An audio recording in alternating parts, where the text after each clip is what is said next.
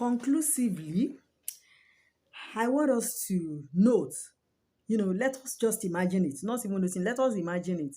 If God created everybody to be fair-skinned, if God created everybody to be dark, if God created everybody to be fat, if God created everybody to be too slim, if God created everybody, one to be short, it is an idea that varieties are the spices of life. So that is why God has created you, created dark, fair-skinned, chocolate, tall, short people, average height people, very tall people. So that is why God has done that. He knows what He's doing.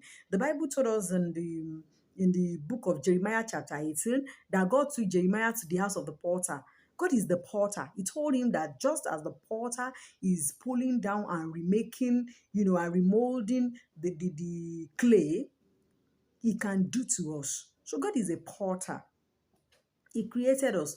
So if you are, assisting the nature in his abilities in a way that saddens God, in a way that is against the will of God, in a way that is against, God's wish, that means you are telling him that he's foolish, that he doesn't know what he's doing. That is the meaning. Maybe it has not occurred to you one way or the other. It has not occurred to you before. And this can backfire. What are the side effects of inferiority complex?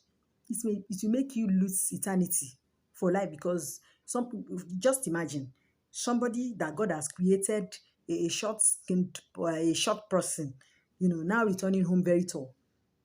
God has created you as a female. When you die, you died as a man. God has created you. You don't have big buttocks. Now, when you die, you now have big buttocks, big boobs that you did not have, and you think that when you die, God will welcome you. So if you have eternity in view, you don't have, to encourage inferiority complex, or to allow inferiority complex to eat you. You should not allow it.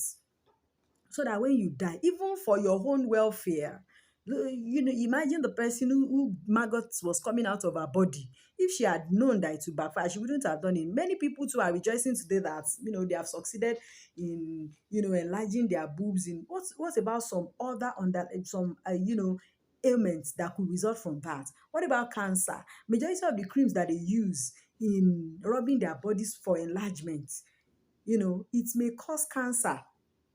Let's go and make deep research. Majority of the cream that people use in enlarging their boobs, they are not, anything artificial has side effects. So we should be very careful, what we ingest into our body, and what you rub on your skin goes into your bloodstream. Maybe you are not aware. So it's not everything that people are doing, and we should not be foolish. It's not everything that you see people doing that you have to exercise restraint before you join. When I see new products, new things that people being introduced into the market, I exercise restraint, or new styles, before I embrace it. I first try to see, is it not against God's wish? Is it not against my health? I think about a lot of things.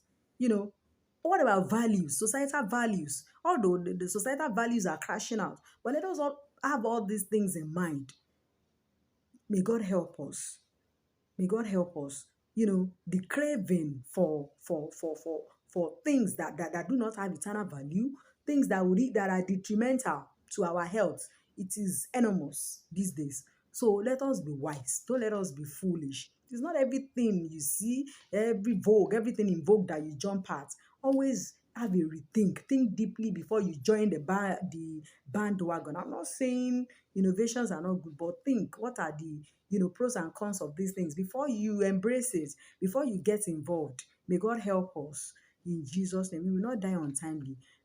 May God be with us. Thank you till I come your way again.